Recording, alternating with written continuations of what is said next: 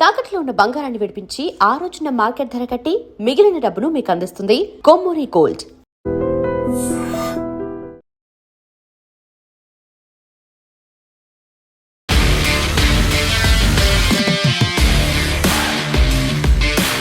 నమస్తే, welcome to I dream weekend update with Kavitha.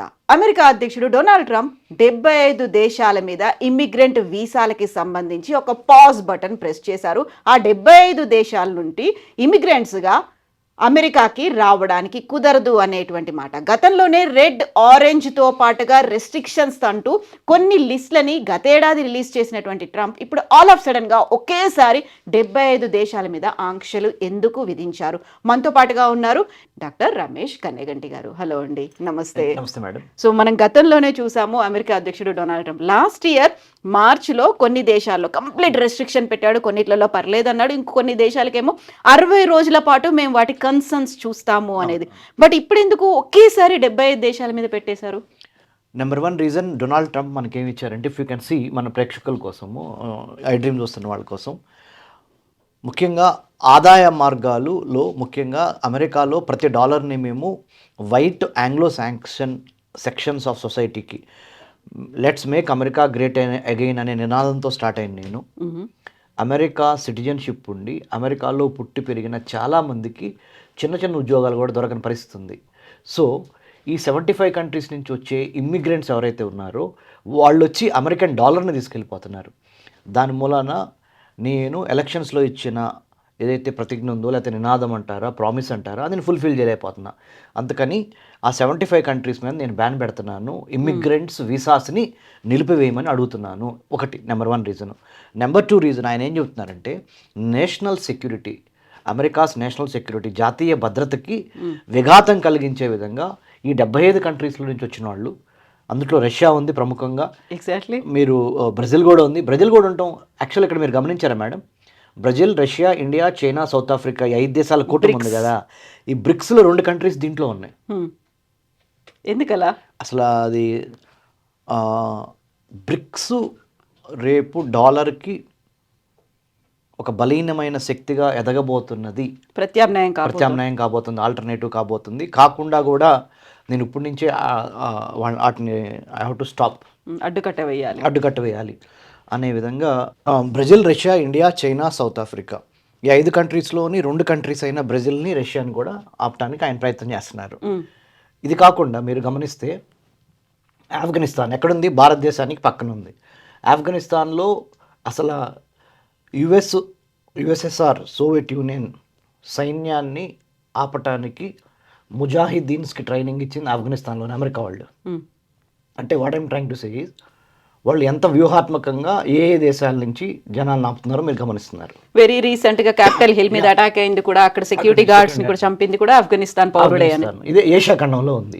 Albania, Europe, Algeria, మీకు ఆఫ్రికాలో Antigua and Barbuda అంటే West Indies దీవులు, Armenia again Asia, Azerbaijan Asia, Bahamas అంటే మన వెస్టిండీస్ దీవులు, బంగ్లాదేశ్ అగైన్ ఏషియా, మన పక్కనే ఉండక పొరుగు కంట్రీ, బార్బుడాస్ అగైన్ వెస్టిండీస్ దీవులు, Belarus Europe, Africa Asia, Bhutan మళ్ళీ Asia, Bosnia Asia, South America, Burma Asia, Cambodia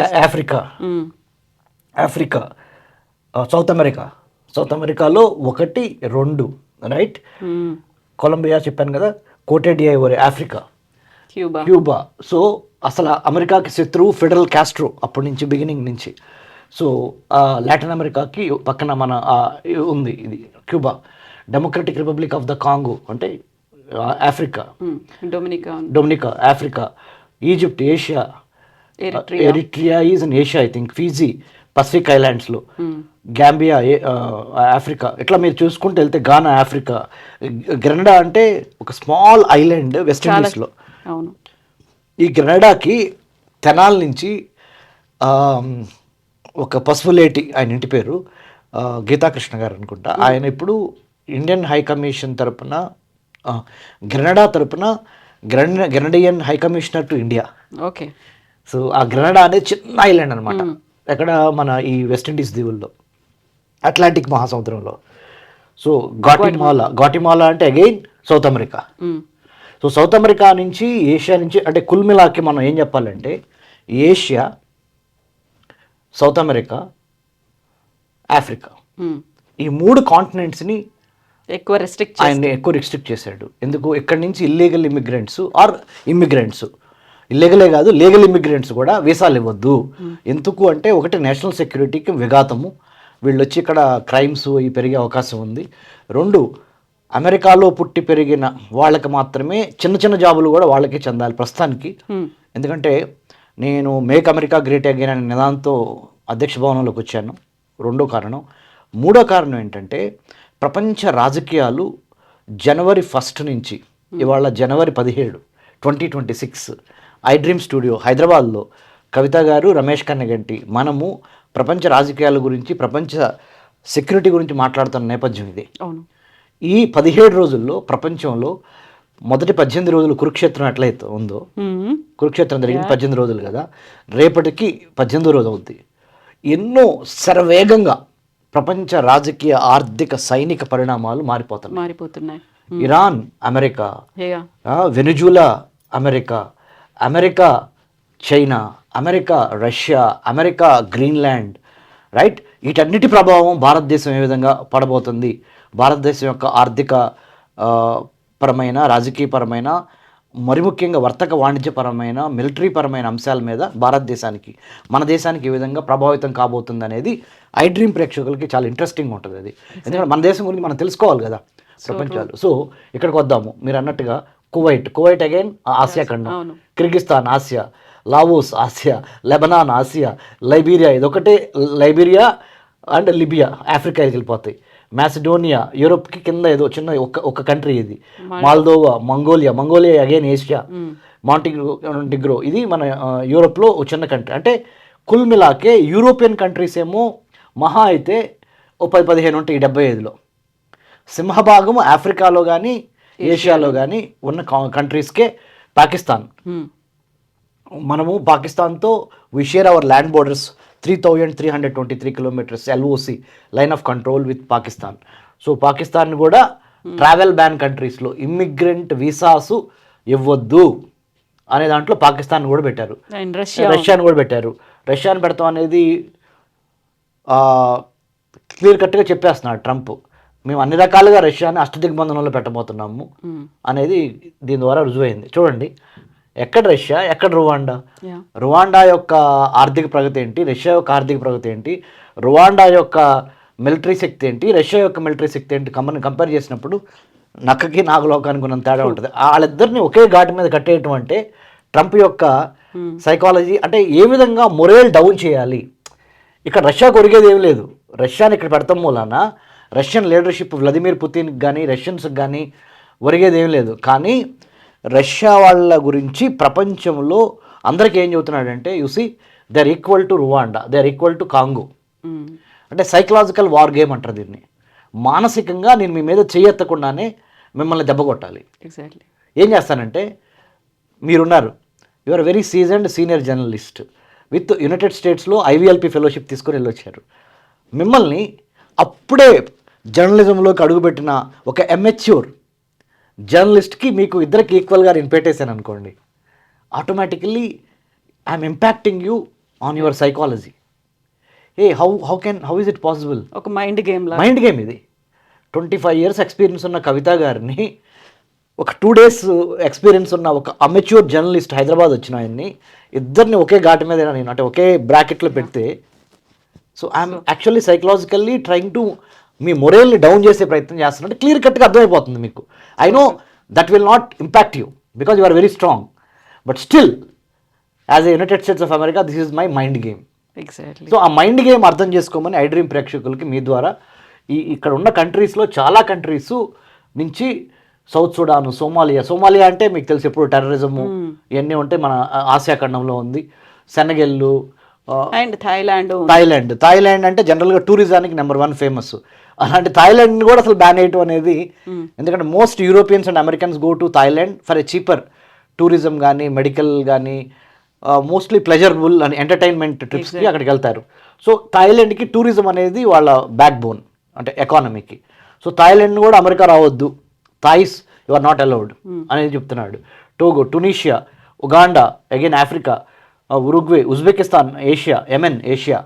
so మీరు కుల్ మిలాకే చూడండి మేడం, A to Z లాగా A to Y అనేది ఉన్నాయి. నేపాల్, మన పక్కన ఉన్న Nepal, you know. So what I'm trying to say is ఆసియా ఖండము, ఆఫ్రికా ఖండము, ఈ రెండింటి మీద మెయిన్ టార్గెట్ చేసి అందులోంచి 75 దేశాలను తీసి, మరి ఇంకోటి గమనించండి మీరు, ఎక్కువ ఇందుట్లో ఎక్కువ ఏదర్ ముస్లిం డామినేటెడ్ అంటే ఇస్లామిక్ రిలీజియన్ ఉన్న కంట్రీస్ ఎక్కువ ఉన్నాయి. ఎగ్జాక్ట్లీ. తర్వాత క్రిస్టియన్ బేస్డ్ కంట్రీస్ ఎక్కువ ఉన్నాయి. సో అది కూడా అంటే కొంత రిలీజియస్ టోన్ కూడా ఉంది దీంట్లో ఆపటంలో. ఇంకొంత నేషనల్ సెక్యూరిటీ పేరు, ఇంకొంత economy must belong to our local Americans first, ఇంకొంత ఈ మారుతున్న జియో పాలిటిక్స్లో వీళ్ళని ఆపేయటం ద్వారా అమెరికా గడ్డ మీదకి వచ్చి అమెరికా భూభాగంలో కూర్చొని ఇంటెలిజెన్స్ గ్యాదరింగ్ చేయకుండా ఉండటానికి కూడా అది మెయిన్ రీజన్. సో ఇక్కడ పెట్టిన దాంట్లో ఒక చిన్న మెలిక కూడా ఉంది. వాళ్ళని ఏంటంటే ఎవరైతే టూరిస్ట్ కోసం వస్తారో, ఎవరైతే బిజినెస్ దాని మీద వస్తారో వాళ్ళకి మాత్రం వెల్కమ్ ఉంది. అందులో స్టూడెంట్స్ కావచ్చు, చదువుకోవడానికి వస్తున్న వాళ్ళకి ఉంది. బట్ ఇమ్మిగ్రెంట్స్గా ఉండే వాళ్ళు, కానీ మేడం ఇక్కడి నుంచి ఈ కంట్రీస్ నుంచి స్టూడెంట్స్గా వచ్చే వాళ్ళు చాలా తక్కువ ఉంటారు. మీరు చూడండి, చిన్న చిన్న కంట్రీస్ అంత పెద్ద డాలర్స్ పే చేసి, ఇది $30,000 $40,000 పర్ సెమిస్టర్, ఇండియన్స్కే కష్టంగా ఉంది, ఇండియన్ స్టూడెంట్స్కే. వాళ్ళు బేసికల్గా నేను ఒక ఇంటెలిజెన్స్ పాయింట్ ఆఫ్ వ్యూలో చెప్తున్నాను మీకు, అవన్నీ ఏంటంటే సభ్య సమాజానికి మేము అవుట్ రేట్గా బ్యాన్ చేయలేదని అనిపించుకోవడానికి అవి.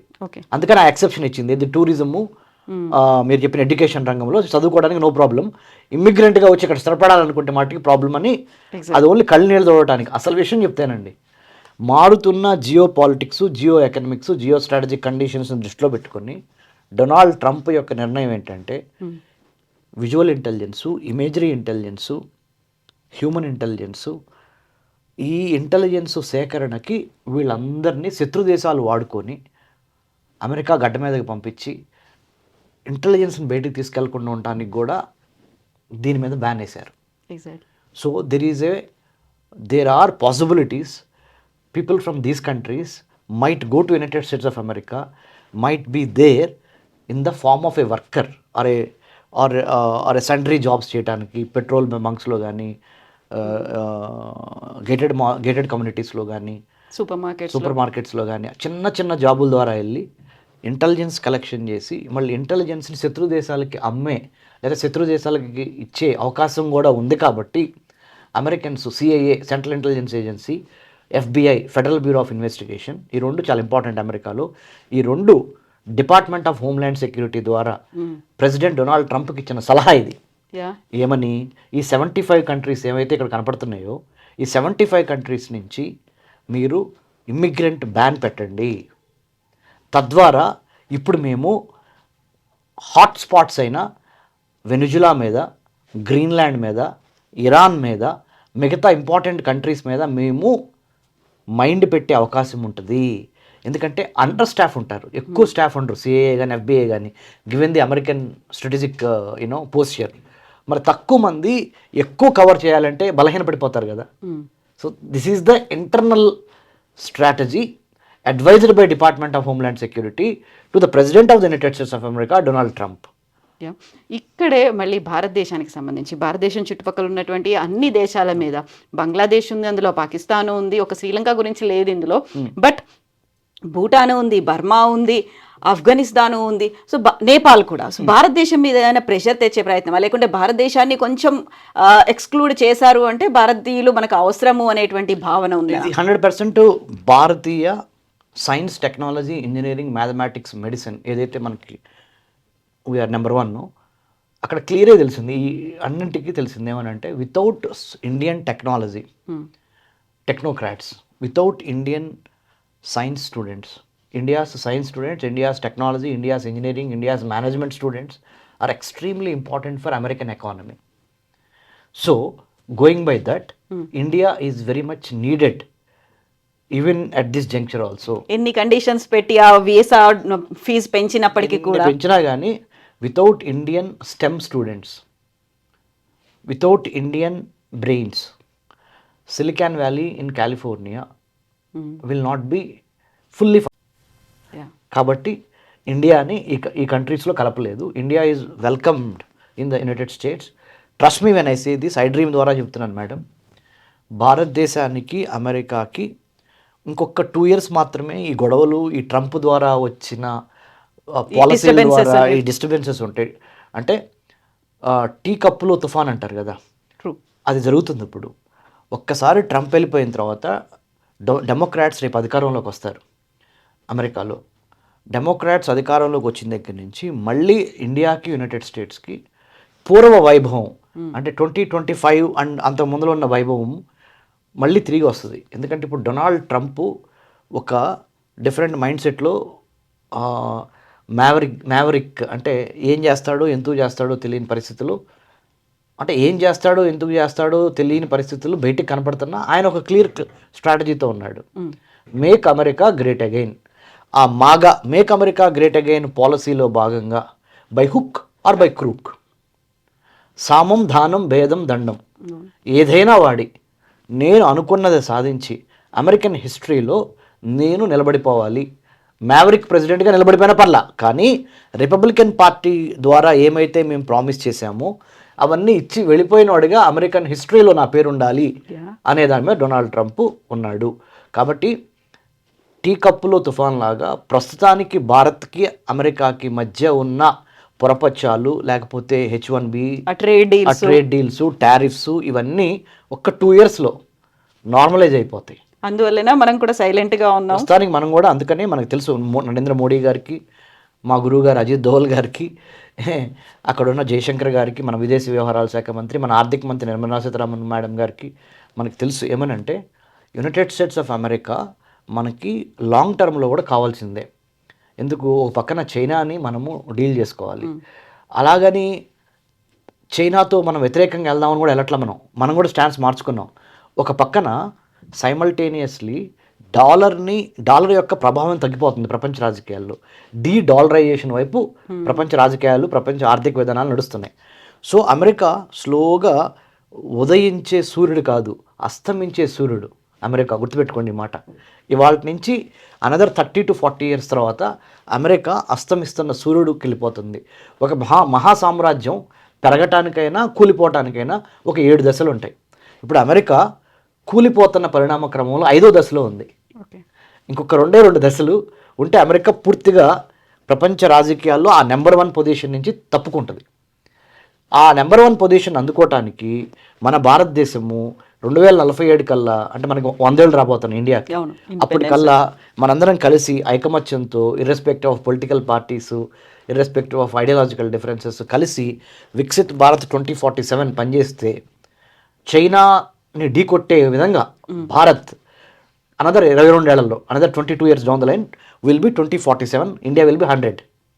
ఈ భారతదేశానికి 2047 కల్లా 100 సంవత్సరాలు వస్తాయి. అప్పటికి మనము చైనా లేదా ఇండియా అమెరికా పొజిషన్ని ఆక్యుపై చేసే స్థానంలోకి వెళ్ళే విధంగా మన యొక్క పాలసీలు ఉండాలి, ప్లానింగ్ ఉండాలి.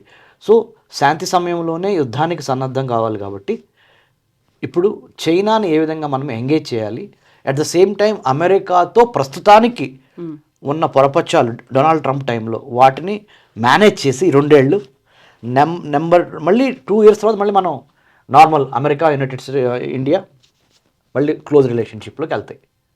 సో ఇది ప్రపంచ రాజకీయాలకు సంబంధించి వీటికి సంబంధించి మనం గమనిస్తే. ఎస్ రమేష్ గారు, thank you so much. Thank you.